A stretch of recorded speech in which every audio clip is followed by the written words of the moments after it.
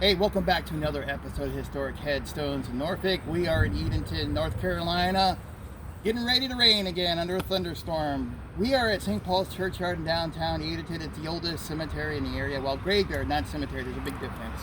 All right, we're going to be talking about Henry Wills. He's here. This is his stone. We barely can make his name out on the stone. He was a printer and newspaper editor. The names of his parents and the places of his birth are unknown. His brother James is buried right there next to him, was a newspaper editor, and his sister-in-law Sarah, I'm not sure where he's at yet, was the first known female newspaper editor in North Carolina and perhaps the first in the United States. I gotta find her.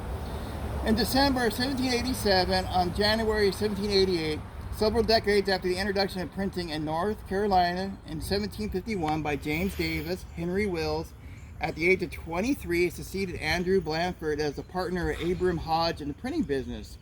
Hodge had gained printing experience during the Revolution, operating a traveling press of Samuel Loudon of New York for George Washington, General George Washington. He got to meet George Washington. The printing office of Hodge and Wills is located on Pollock Street, named after Governor Pollock, and New Bern, opposite area where tobacco was inspected. Judging from the numbering and date of the earliest issue of their weekly newspaper, the State Gazette of North Carolina, the firm apparently was established in 1785.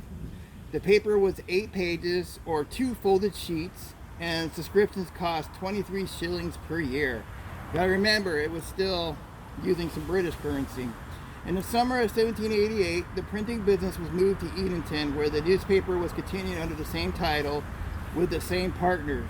In 1792, Hodge and Wills began another newspaper, the North Carolina Journal, in Halifax. On March 2nd, 1793, according to a newspaper notice, Hodge and Wills dissolved their partnership in newspaper publishing.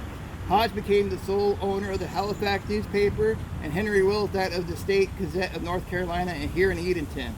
However, they continued their association of state printers. In the issue of November 2nd, 1797, it was announced that Henry was retiring and that his brother James, right there, would become publisher of the enlarged newspaper. Between 1788 and 1797, Hodge and Wills were printers of the state, having been elected by 2 houses of the legislature for the purpose of printing laws and journals of the General Assembly and other bills that might be ordered. Edenton was the capital at the time of North Carolina, believe it or not. Between 1788 and 1797, Hodge and Wills were printers of the state.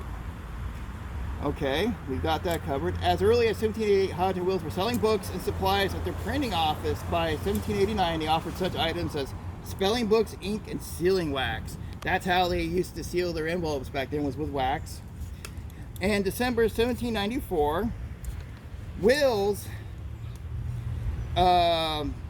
transferred more than 50 books for sale at the printing office. By October 1797, shortly before he retired as a printer, he advertised bed ticks and cloth goods for sale at his general store. He owned a general store here in downtown Edenton. By 1799, he was offering sugar, coffee, chocolate, spices, peach brandy, and rum. Very expensive items back then. Later in 1819, he dealt in family Bibles, stationery, blank books, and school books. From 1817 to 1819, Wills served as postmaster here in Edenton, and in 1819, he was deputy clerk of the court. He was listed as a member of the Bible Society of North Carolina in 1816 as well. He died at the age of 63, which is really good back then, and he's buried next to his first wife, which is right here, at St. Paul's here in Edenton. All right, guys, it's getting ready to rain. Have a good day and take care.